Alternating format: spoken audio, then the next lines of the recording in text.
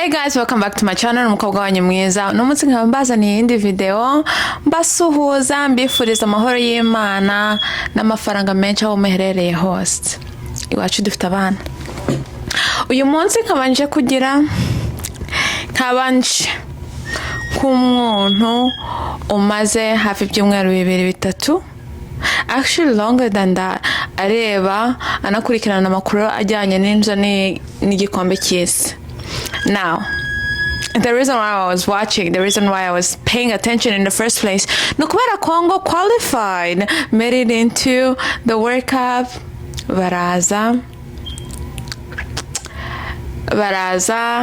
camp yabereye muri Houston, bakina group matches, bara moving on, bajya gukina noneho muri ntuza muri 32nd round, baza guhura na England.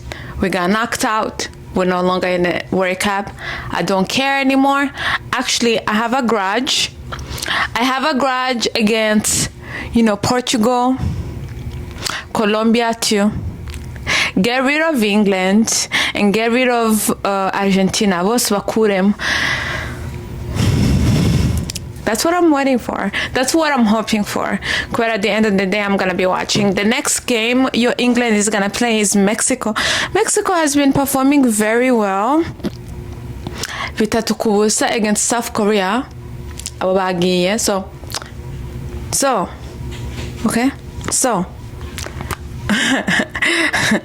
Hurricane.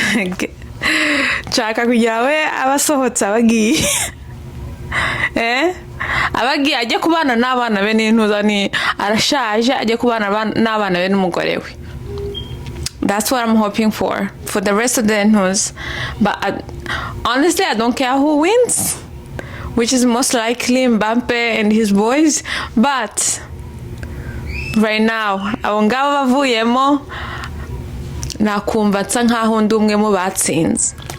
Anyways, I want to talk about a couple of things. Kubera, I was very emotional. I had time to calm down.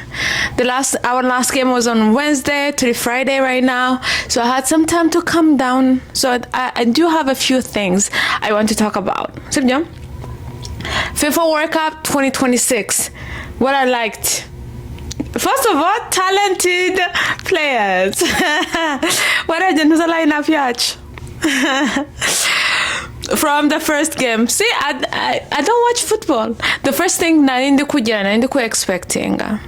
I wasn't expecting anything. I didn't know anything. Umupira wa mbere ubaye wa Portugal hamwe na ntuza na Congo. Portugal bafite ntuza Ronaldo. And kubera iyo mpamvu sibyo njya gusanga muri groupe y'abantu batuye hano Houston, muri groupe y'abana tumaranye iminsi dukundana, baravuze ati yes, Ronaldo is a goat. Baturamugena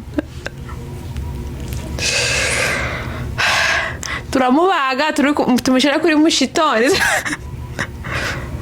Okay, niba ukunda Ronaldo, I'm sorry. Actually, I'm not. Niba ukunda Ronaldo, he's a goat. That's what we do to goats. Sibyo? And so, icyanshimishije kurusha ibindi ni gituma mvuga ati, alright, let's watch this. Ni gituma right now nizera yuko 2030 tuzaba duhari and ntawe uzongera kutuvugaho nabi. No kubera in a game against Portugal, badukubise icyambere. I'm like, yo mana, baratumaze. Igice cyambere. The first 45 minutes, Italiana shina. Wisa watch. Atwereka exactly. Wisa watch araza akoresha umutwe wiwe. Abikora neza cyane. Turamushimira abacyoherejemo. So uko bakiduhaye ikintu cya mbere niko twakibasubije. Umukino urangira turi tied. Sibyo? Now that I liked very much because I was watching. I liked very much. Icya kabiri, yeah, dufite aba talented players. So Wisa hariho namumenyeye. Wisa uri umwana wacu, uri umuhungu wacu, ndagushimira kuba ukina football nk'uko ikina, sibyo? Mpasi nawe you are an angel, uri intoza, uri umumarayika. You know why? Because every single time wari kujya gusavinga wasaga nk'uri kuguruka, and 100% enjoyed watching you, especially muri game ya kabiri yo twagize. Game ya kabiri yari against what? Colombia. Baraje Colombia baraje basanga defense team yacu itoroshe, basanga mpasi wacu afite amababa. Umuhungu yaragurutse, umuhungu yarasimbutse, umuhungu yarasliding. I fell in love with you. Nakundiye hari. See, now every time kubera nyine, of course, I'm watching ntuza na telefone yanjye binyumva ibyo nkora n'ibyo mvuga. So buriya hano kuri ntuza ku masosho yanjye nibo buzuyeho. So every time I see you mpasi, I'm like, warakoze ku kazi keza kwadukoreye. And another thing I liked was kuba fun. The anxiety and the fact that I had to try so hard to block all the noises to the side. If you're not with me, shut up. I was anxious, excited, emotional. Nari ndi ready yo kurwana, sibyo? Buzi icyabuze nuko barahari mfite ibihumbi 3 byo kujya aho bagiye bose. Ngura tike ngenda stenga muri hotel hajya kureba game. Cyo cyabuze gusa. Cyabuze n'amafaranga. Ariko umutima wanjye wari uri muri stadium mwakiniye. Atlanta narindiyo, Houston narindiyo, Aztec narindiyo. Okay. Last game of the group stages is kuba Uzbekistan. Okay. Uzbekistan, you know, twari tubizeye. Twari tubafite mu ntuza mu mufuka. Ariko sibyo batangira neza badutsinze icyambere. It's 1-0. But dushaka moving forward as one of the 3 teams. Sibyo? We have 1 loss. Uzbekistan has 1 loss. Icyo dukeneye nukugira ngo Portugal na Colombia barwane, Colombia itsinde, noneho natwe dutsinde Uzbekistan twikomereza. Bamwe muri twe twakoze ibyatuzanye. Congo wins. Uzbekistan ifite icyambere. Tugiye kuvuga ati umva turarya tukanishura. Sibyo? Ntago tuzwiho kugira kwambura abantu. No, ntibibaho. Kuri iyo mpamvu Uzbekistan tuguje iduhaye icyambere, turavuga ati you know what, wakoze cyane. Bibiri muri ibyo 3 ninda guess who? Wisa. Katiye tuvugisha ukuri. Wisa, you're a star. You know what? I'm a fan from now on.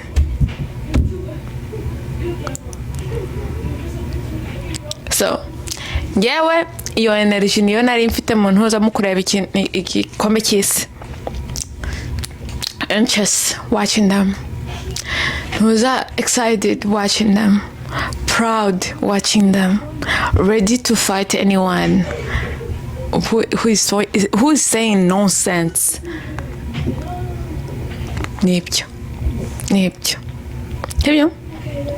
Now, twese turabizi, we watched them arrive in Houston. Yeah, we watched them. I'm telling you things that I liked about this period. We watched them arrive in Houston, looking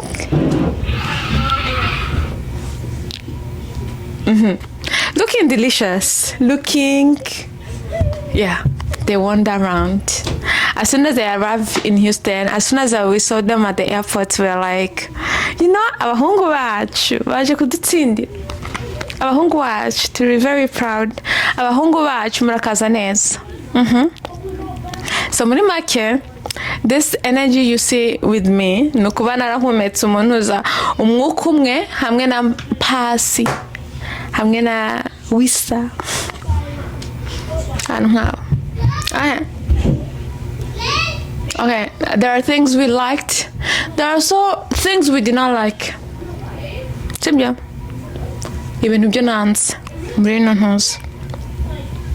Initial conversation yacu to the qualifying. Sibyo?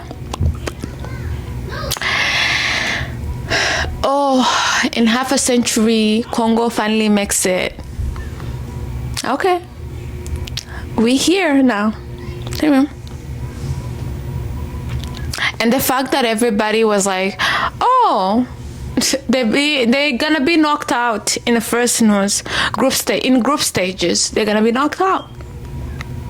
So it doesn't even matter, qualifying itself is an achievement. I'm like, already. You need to slow down. The fact that they had to spend 2 weeks in quarantine. Okay. Ebola outbreak. Whoa. Quarantine. Ebola outbreak. Right? Okay, sure. But abano n'abakinnyi batari, I just want you to think about this. Sibyo? Abano n'abakinnyi batari kugenda commercial flight. Sibyo? Quarantine shouldn't have necessarily been in Belgium. Kubera I think niho bari kuri quarantined. And it could have been self-quarantine. Most of the other countries, that's what would have happened. And by other countries, I'm talking about Western powerhouses. If there's an outbreak, they will quarantine themselves. Be like, oh, we quarantine ourselves. Now we're coming. Open up your gates. But, of course, yeah. Again, abantu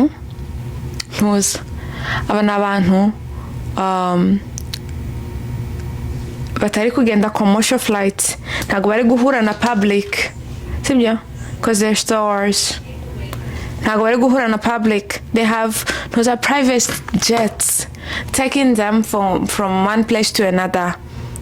And then it's quarantine them in a foreign country and then allow them kugenda.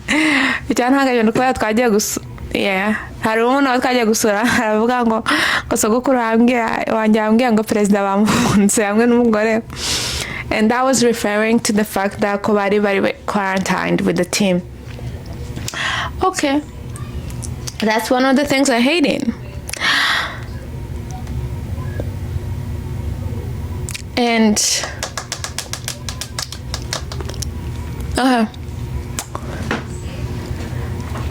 okay, the quarantining thing, I hated it. But here's another thing. Noza, with regard to the kurinuza ku Ebola, hari one of my clients noza hano muri Houston, sibyo? Baravuga ati, oh my God, who you rooting for? Muri noza muri World Cup. Who you rooting for? Then ndababwira ngo ni Congo. It's my country. We're in there. We've been playing. We've been going strong. And ibiki byose. You know what they replied to me? What they sent back to me? Their reply was like, "Oh, I heard you have Ebola outbreak over there. None, should I be worried? Urayimpereza?"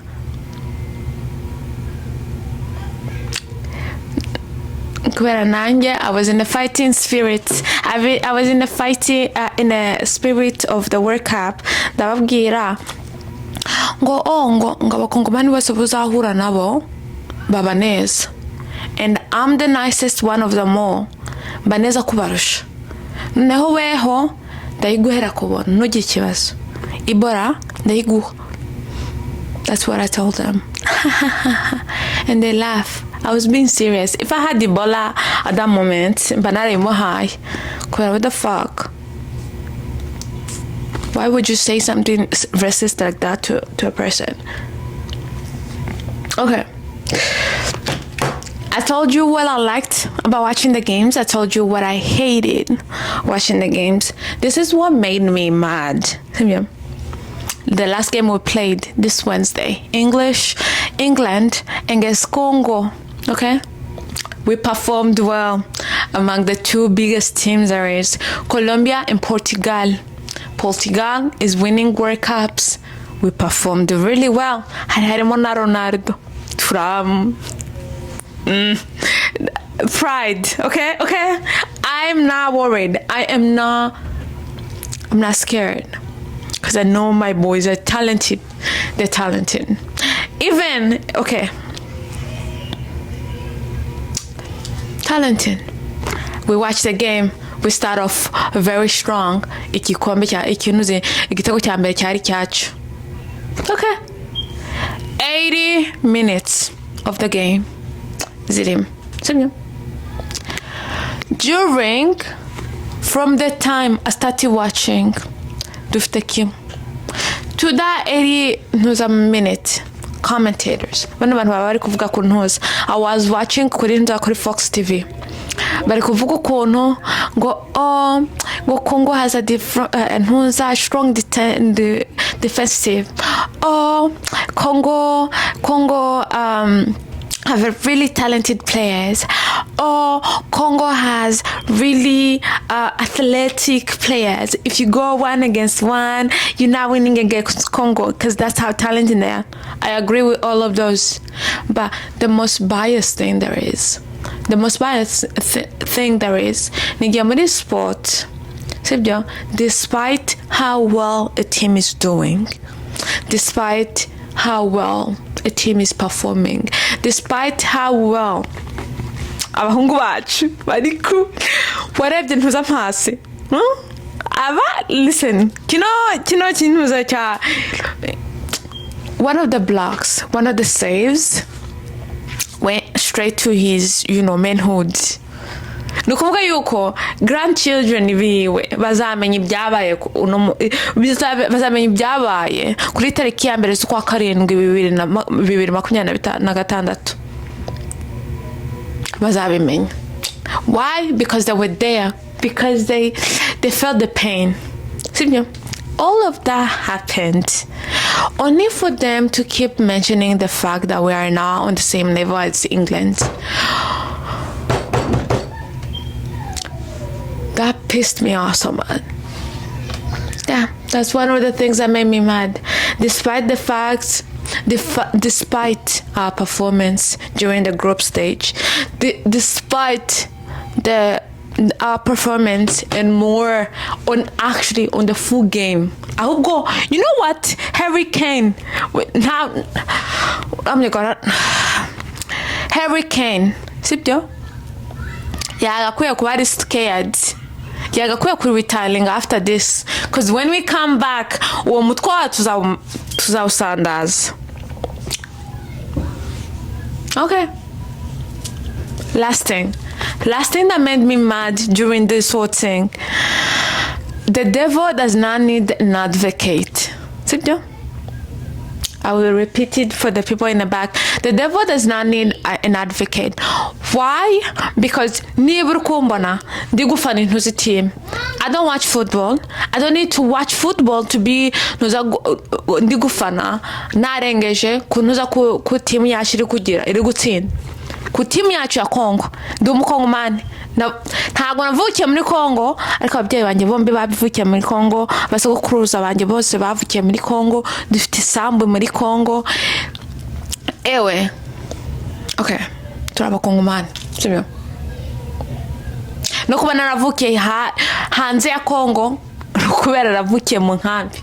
Navukiye mu nkambi y'abakongolese, y'abantu baje bari guhunga Congo. Ntuzi umutekano muke wari uri mu gice cyacu yaho twari tuye ariho muri Congo sibyo? Ndi umukongomani sibyo? I don't need a devil's advocate. I don't need you to come telling me, oh, you don't watch football, oh, what about your analysis, yo go kubera. Ewe. Hi. Is Monday in there? No. Hey. Ibyo byose ntabwo mbikeneye sibyo? Iyo bije, yes, subconsciously ku bantu bareba football, they can already predict ngo ninde uzatsinda igikombe cy'Isi. I agree with that sibyo? Ibyo ni reality ya game. Portugal, Brazil, Spain, and France bari muri abo ngabo bazagitsinda. As a matter of fact, right now I'm rooting for France because Mbappe is there. Niwe mukinnyi w'intuza wasoka ho ndayenze gusa. Okay? Ronaldo na Messi, yeah, unkind words chaka kuvuga. So the design y'ukuntu ntuza competition imeze is to give you a chance to root for your team and to come to the terms that your team might not win the World Cup. Okay? Group stages are your chances to be patriotic.